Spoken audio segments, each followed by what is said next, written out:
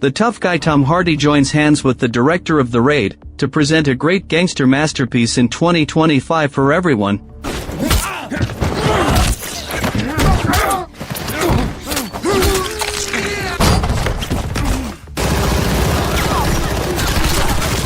Let's see how Tom wipes out all the gangsters. The patrolman Walker, played by Tom, colluded with 4 colleagues to carry out a zero-cost purchase at a certain drug manufacturing factory in order to get money, and accidentally killed an undercover agent of the police. In order to prevent the incident from being exposed, they put the body into an oil drum and sank it into the river. Although they successfully destroyed the body and erased the traces, this matter weighed on his heart like a huge stone. One night, after a period of time, a police car was chasing a van that was fleeing everywhere. Several gangsters in the car didn't stop and surrender. Instead, they accelerated wildly in an attempt to shake off the police car. There was also a masked gangster hanging on the rear door of the car.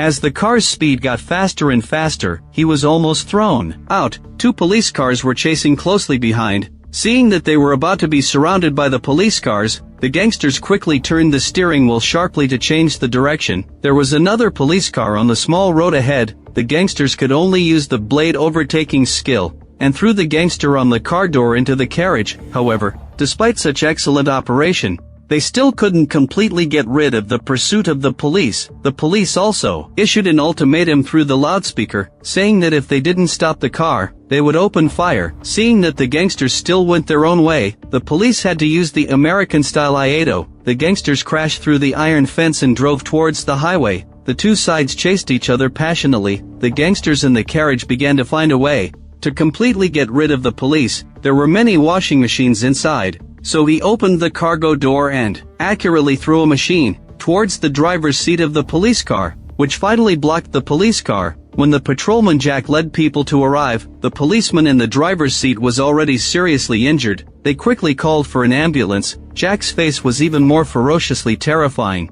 Tomorrow was Christmas Day. Walker finally came to the small store to make amends. He wanted to buy some gifts for his daughter, but the shop only had some shabby little items. Walker could only reluctantly pick a few. Just then, the TV played the news. The DA announced they would drop all charges against mayoral candidate and real estate tycoon Laud. Walker's face showed no expression upon hearing this. After picking his items, he wanted a nice shopping bag, but the shopkeeper only offered a white plastic bag. Take it or leave it. Walker had no choice but to pay and leave. As soon as he stepped out, he immediately called his ex-wife, saying he had gifts for their daughter. To his surprise, his ex refused to let their daughter take the call, nor would she accept his gifts. Meanwhile, Walker's partner Ellie heard cries for help. She rushed to knock on the door where the sounds came from, but the man denied abusing his girlfriend, and refused to open the door for Ellie. Too bad Ellie wasn't someone to mess with, so when Walker came to find his partner, he saw the man get kicked down the stairs.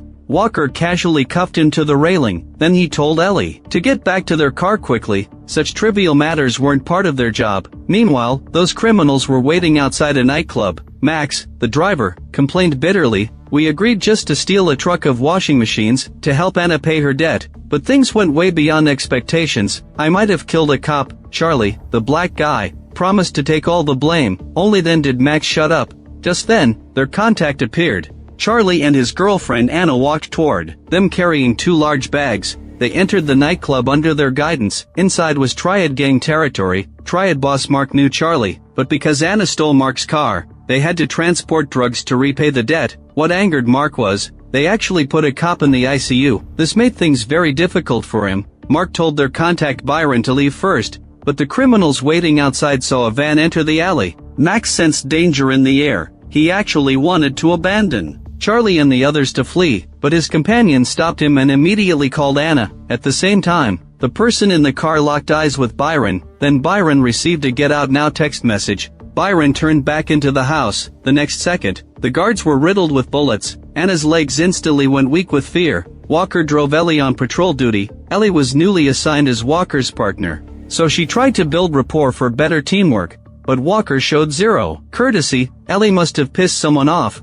or was incompetent to be assigned to him. Ellie attempted to find other topics, but got impatient rejections from Walker. Just as Ellie grew flustered, they suddenly received a dispatch from headquarters. A gang shootout occurred on a certain street. They rushed to the scene immediately. From the officers at the scene they learned The suspects fled via the stairs after killing, and no one saw the van's license plate. Then Walker inspected the scene. Based on the body's positions and bullet wounds, he quickly reconstructed the crime in his mind. The intruders started shooting immediately after bursting in. Everyone present was attacked. Crime boss Mark even died on drugs. After reconstructing the crime scene, Walker felt heavy-hearted. The triad leader's brutal death would inevitably trigger bloody retaliation. Just then, someone informed Walker about Officer Collins' critical injury. They were close friends. Hearing his old friend was still in surgery, Walker grew deeply concerned. Meanwhile, Ellie found a piece of a mask. Then she handed the surveillance footage to Walker. The footage clearly captured Charlie's face and Anna's handgun, but Walker analyzed, only assault rifle casings were found at the scene,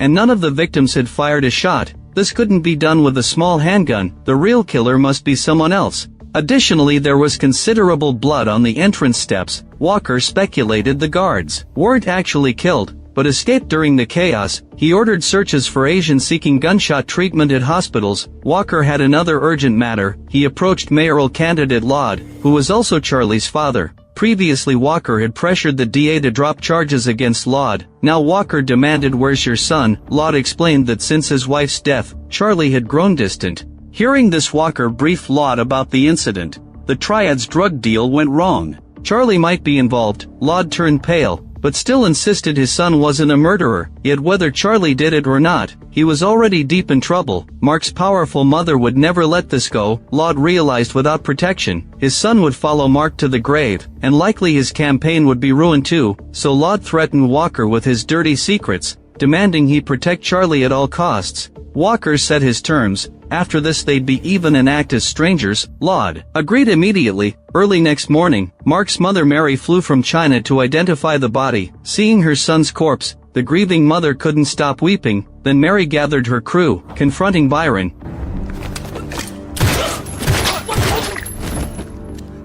She forced Byron to name her son's killer. Byron pinned the blame on Charlie. Meanwhile, Walker braved heavy rain to assault guards at a Chinatown back alley clinic, pressing his gun to their heads, using them to open the locked door. Sure enough, a triad guard was getting treated. Inside, they ignored Walker, so Walker kicked down the door and grabbed the fleeing man. Walker tried interrogating him, but they didn't share a language, forcing the back alley doctor to translate. Walker showed Charlie's photo to the man, asking if he recognized him. The guard initially denied. Walker immediately jammed his thumb into the bullet wound. The guard's face contorted in pain before finally admitting he'd seen Charlie standing with Byron. Walker pressed further. Did Charlie shoot Mark? The guard shook his head violently, saying the killers were three men wearing hockey masks. Walker finally got his answer, but he warned the back alley doctor, "You should have called me the moment this guard arrived, instead of delaying this long." It turned out that it was the doctor who gave Walker the secret. After Walker left, the doctor killed the guard to avoid complications. Later,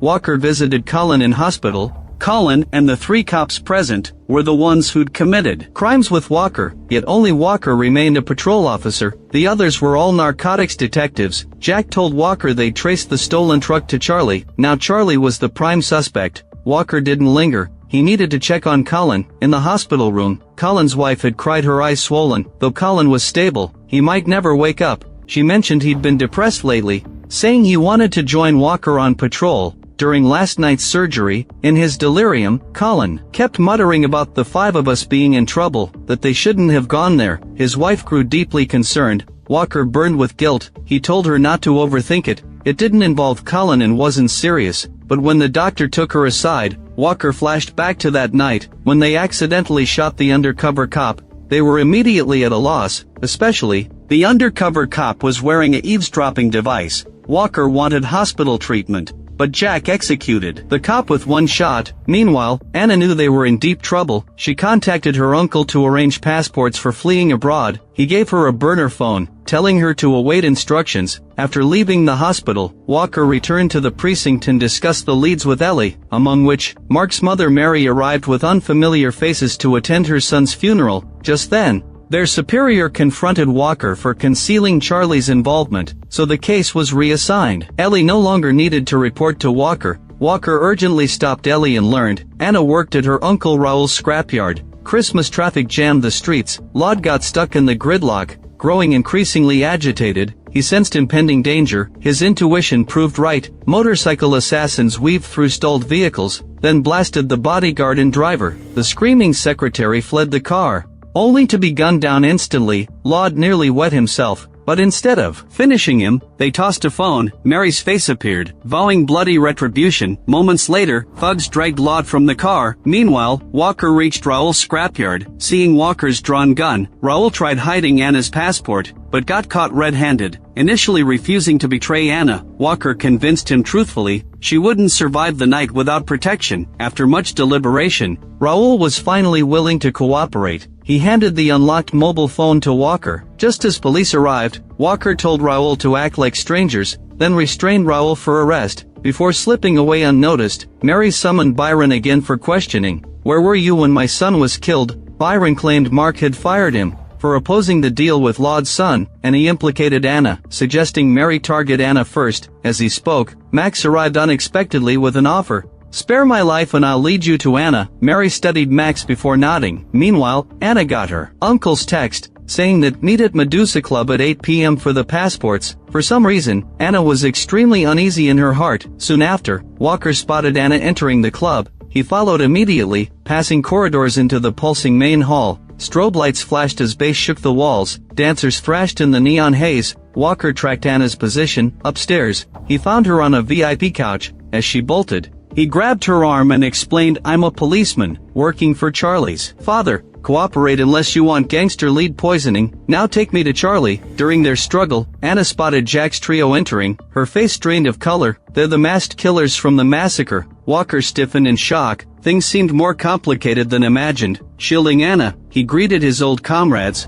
"What's your play here?" Jack claimed they just wanted to talk, with thinly veiled threats to stand down. At this moment, the third wave of troops suddenly burst in. These were Mary's men, looking for people everywhere. As Walker and Jack reached for weapons, Walker caught a glimpse of Mary's hands. He quickly drew his gun but was stopped by the dirty cop. Jack also found that the situation wasn't right. He showed his police badge and went forward to negotiate, but the killers weren't negotiating. Two groups of people immediately started fighting. Anna slipped through the carnage, however. Due to the large number of killers, Jax and the other two couldn't hold long. Seeing assassins closing on Anna, Walker hurriedly killed one person and continued to chase after Anna, then casually killed a few approaching killers by the way. Anna grabbed a machete, burying it in a thug's shoulder. Just when she was in danger, Walker's flying kick shattered ribs. Back to back they fought until the last attacker fell.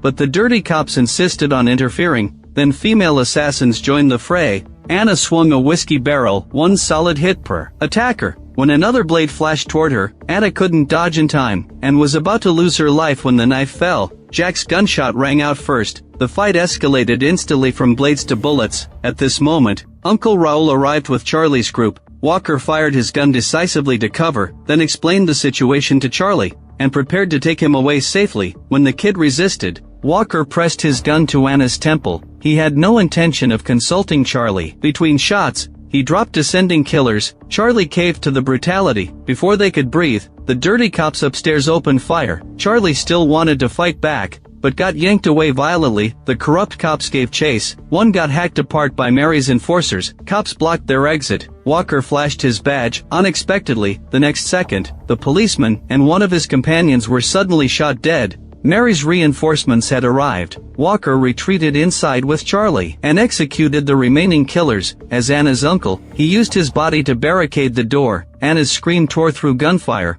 Watching her uncle die in front of her, Charlie continued to flee for his life with his girlfriend. Walker suppressed fire as they rammed the exit. When it gave way, Walker covered their retreat. They finally escaped the club, but the danger hadn't been eliminated. The killers was engaged in a fierce battle with the police on the street. Linda, one of Mary's killer, opened fire. Walker's precision shots forced her back. As Charlie boarded the car, he spotted Max among the killers. It turned out that he betrayed the team, but there was no time to be angry. After getting into the car, the group of people quickly drove away, and finally broke through the siege. When the target fled, the others didn't linger in the fight either. Linda killed Max by the way before leaving. Only Jack's duo remained in the carnage. Moments later, Walker called Ellie at the scene, revealing Jack's trio as the masterminds. That night they weren't recovering the truck, but was chasing the drugs on the car. They murdered Mark and stole the drugs. Though shocked, Ellie still trusted Walker. Now he asked her to check on Colin. He's our only living witness. Ellie rushed to the hospital, but arrived too late. Byron had gotten there first,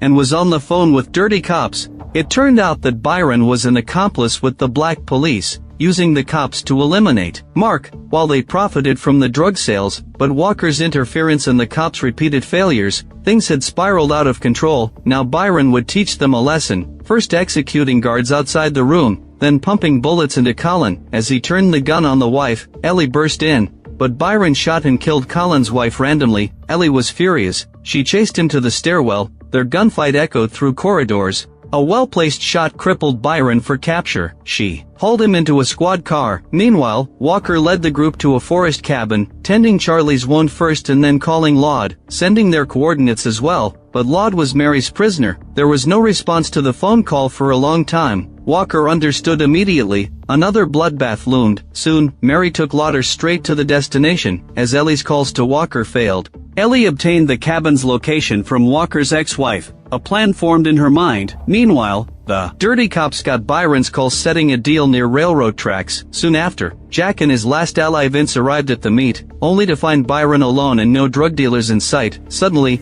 Ellie emerged from shadows with drawn weapon. 2 more prisoners added to her tally. Walker strapped on Kevlar and grabbed a shotgun for Mary's assault. Charlie originally intended to knock Walker unconscious and take the opportunity to slip away. But Walker caught the movement instantly, just as Mary's hit squad arrived. Bullets peppered the cabin. They scrambled inside for cover, returning fire between reloads. Walker fought like a demon unleashed.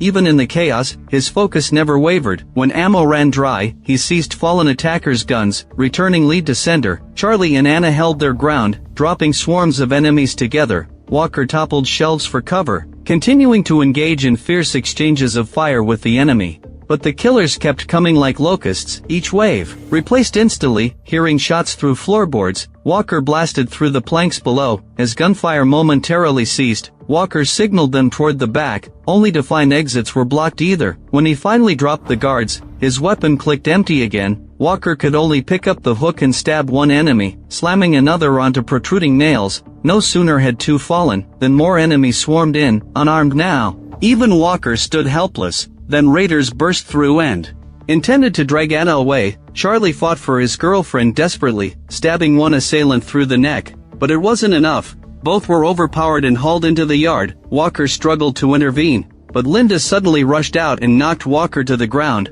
Walker got up and fought again. This time, the battle between the two was in a tense state. Soon Walker was at a disadvantage and was flung away by Linda, knocking down the pillar inside the house and pinning him. Under debris, Linda picked up the weapon, ready to put an end to Walker completely, but was deceived. She soon slipped to the ground, yet Charlie and Ellie were captured, and Walker could barely stand. Immediately after that, Mary arrived late with Laud. The father and son reunited at gunpoint. She pressed a gun into Laud's hands. "Your son took mine. Now settle this blood debt. Only life pays for life." Anna screamed protests and shouted Charlie wasn't the murderer, but Mary didn't believe. Charlie begged one mercy, "Don't shoot Anna." But in fact, Laud simply couldn't bear to fire the gun. At the fatal moment, Ellie arrived with her prisoners, revealing the conspiracy to Mary. Mary was stunned for a moment after hearing this. "How could you betray my boy?" Byron spat bitterness. The gang should be taken over by him after the boss's death. Mary, however, helped her son snatch his place. Byron admitted colluding with the cops, but it wasn't him but those several dirty cops who took action. The situation changed instantly in the next second. Vince tackled Ellie down, picked up his gun and aimed at Charlie. Laud took the bullet instead. Charlie's world went silent, though he'd resented his father since his mother's death. Witnessing Laud's sacrifice melted his hatred instantly. Charlie had to go through the pain of losing a loved one again. Walker opened fire on Vince, but Jack returned fire. The gunfight became pure chaos. Byron seized the moment to kill Mary and then turned on Jack, but was killed by Jack. Jack walked up to Byron arrogantly, picked up a bag of drugs and left calmly. Walker saw it all, struggled to his feet with the gun and chased after him. Meanwhile, Ellie dueled Vince. After a round of gun exchanges, Ellie opened the car door and hit Vince. Their emptied guns clicked in unison. Both scrambled for fresh weapons. Ellie's chamber stayed empty. At the lethal moment, Charlie's wild barrage cut Vince down. The traitor collapsed twitching. Jack fled toward departing freight cars, but Walker also caught up. Jack was extremely angry. "You're no saint either. Why not let me disappear?" Walker said he wouldn't run away anymore. We all know what you've done. Nah. Only you.